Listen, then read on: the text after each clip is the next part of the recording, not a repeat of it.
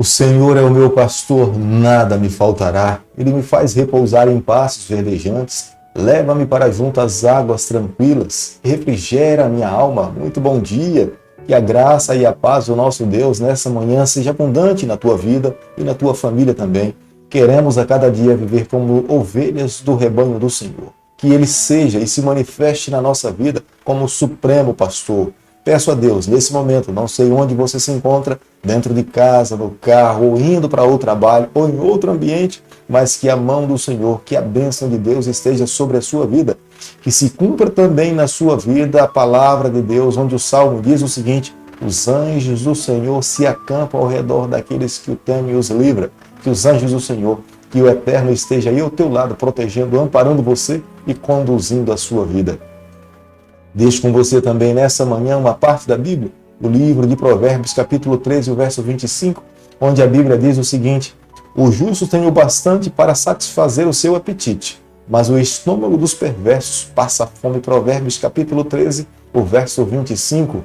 A Bíblia é muito enfática em nos afirmar de que Deus ama aquele que lhe é obediente, aquele que segue os seus ensinamentos, que vive uma vida de fidelidade a Deus. Esse Deus supre em toda e qualquer circunstância. Mas aqueles que tomam a decisão de seguir o seu próprio destino, escrever a sua própria sorte, esses estão à mercê das suas próprias escolhas. Deus não pode interferir no seu destino, porque Ele escolheu viver da forma que Ele quer. Portanto, muitas vezes passam privação, dores, dificuldades e até sofrimento. Mas nessa manhã, cada um de nós nos voltamos para Deus com um pedido, com o coração aberto, com o desejo de servir, de amar ao Senhor e viver exclusivamente para o Senhor. A cada dia nesse canal nós estudamos um capítulo da Palavra do Senhor. E nessa manhã eu convido você a ter nas mãos a Palavra de Deus no livro de Salmo, capítulo 90, o versículo 1. Senhor, Tu tens sido o nosso refúgio, de geração em geração. O salmo que nós estaremos estudando nessa manhã é considerado como sendo uma obra literária, uma das mais antigas de todos os salmos. Porque o salmo que nós estaremos estudando hoje foi um salmo escrito por Moisés. Embora escrito por Moisés, mas inspirado por Deus, Moisés escreve sobre a transitoriedade dos seres humanos, mas ele também enfatiza a eternidade de Deus. Embora Deus seja um ser extremamente santo, puro, perfeito, criador de todas as coisas, os seres humanos se envolveu com o pecado e nós somos pecadores. Não há nenhum ser humano que viva nessa terra que não tenha se envolvido com o pecado. Eis a necessidade de Jesus Cristo vir aqui a esse mundo, morrer morte de cruz para nos dar o direito da salvação. É Deus que abençoa todos os seus filhos e nós somos carentes da bênção de Deus. Aqueles que vivem nessa terra e imaginam que podem viver sem a bênção do Senhor estão completamente equivocados. Por isso, a cada dia, nós somos chamados a depender do Senhor e a buscarmos a sua bênção. Todas as nações em todas as épocas podem mudar, porque muitas vezes somos afetados pelo meio em que nós vivemos. Mas conhecemos um Deus, servimos a um Senhor, que esse é imutável, Ele é eterno, Ele permanece do jeito dele por toda a eternidade. Jamais Ele mudará, sempre agirá da mesma forma, com o objetivo de salvar os seus filhos e restaurar a sua imagem nos seus filhos, nos seres humanos. Moisés inicia o Salmo 90 enfatizando que o nosso mais alto refúgio é o nosso Deus. Ele é a fonte da nossa salvação, Ele é a nossa segurança. Aqueles que querem ter paz nos momentos mais difíceis da sua vida, viver uma vida segura, precisam confiar no Senhor. Se um ser humano nessa terra busca encontrar refúgio em algum outro lugar, jamais conseguirá, somente no Senhor. O Deus que Moisés descreve no capítulo 90 como experiência da sua vida com Ele,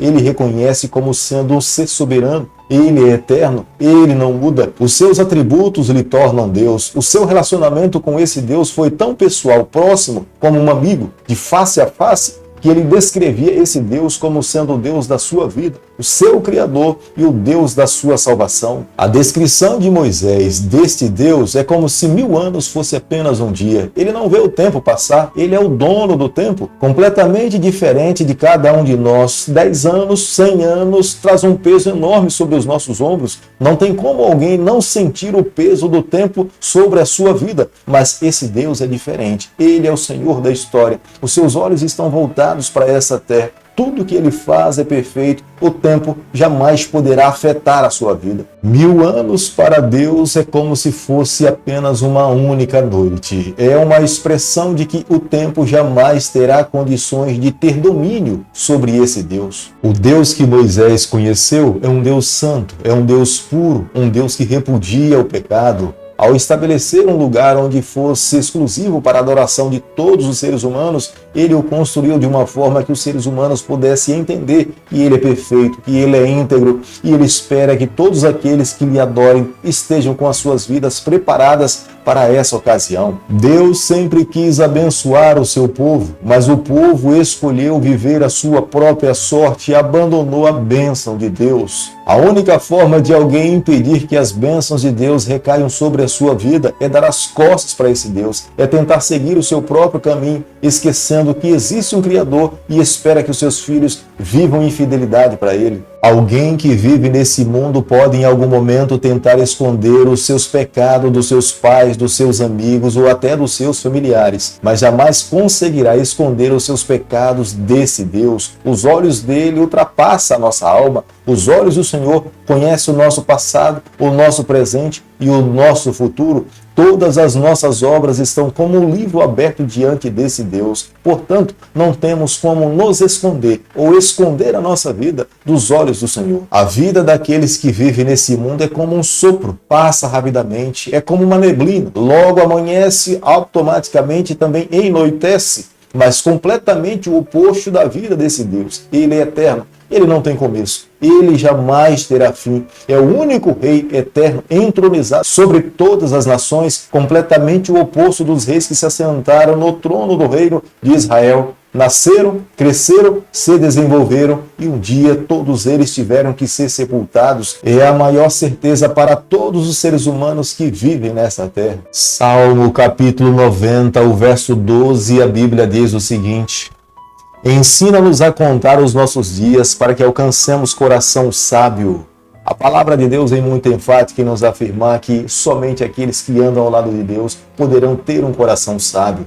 Há quantas pessoas que estão buscando sabedoria nos livros, no conhecimento humano, mas jamais poderão ser sábias como Deus espera que nós possamos nos tornar. A verdadeira sabedoria provém das mãos do Senhor. Nessa terra nós encontramos algum conhecimento, ou muitos conhecimentos, mas se nós desejamos viver uma vida verdadeiramente sábia para a eternidade, somente nesse contato com Deus é que nós alcançamos essa verdadeira sabedoria. Percebermos que a nossa existência nessa terra é muito rápida, nos ensina a olharmos para a nossa vida de forma diferente. Ao vivermos e olharmos para a nossa vida como sendo passageira, nós começamos a cada dia a refletir na maneira como nós temos vivido. Não vivemos para essa terra. A nossa agenda não está comprometida com esse mundo. A nossa agenda está comprometida com a eternidade, com o nosso Deus. Por isso que a cada dia, quando entendemos que não iremos ficar aqui para sempre, o nosso coração sempre terá o desejo de agradar ao nosso Deus. É por isso que o salmista, no versículo 13, ele pede para que Deus possa ser benevolente com o seu povo. A maneira de Deus se arrepender não é a mesma como nós nos arrependemos. Nós reconhecemos que erramos e mudamos de vida. Mas quando a Bíblia está falando de que Deus se arrependeu, Deus muda o seu propósito. Não é porque Deus errou, mas é porque Deus agora, em vez de permitir que os seus juízos caiam sobre nós, Ele agora derrama a sua graça, derrama o seu perdão, derrama o seu amor. E é dessa forma que o salmista Moisés se volta para Deus e fala: por favor, Senhor, muda teus propósitos, se arrepende, em vez de derramar os teus juízos, derrama a tua graça, o teu perdão sobre a vida do teu povo. É por isso que no versículo 14, Moisés ora a Deus e pede a Deus incessantemente que Ele seja misericordioso. É um clamor de um líder, de um sacerdote intercessor dentro da sua tenda, clamando a Deus para que, em vez do juízo cair sobre o seu povo, que Ele seja misericordioso.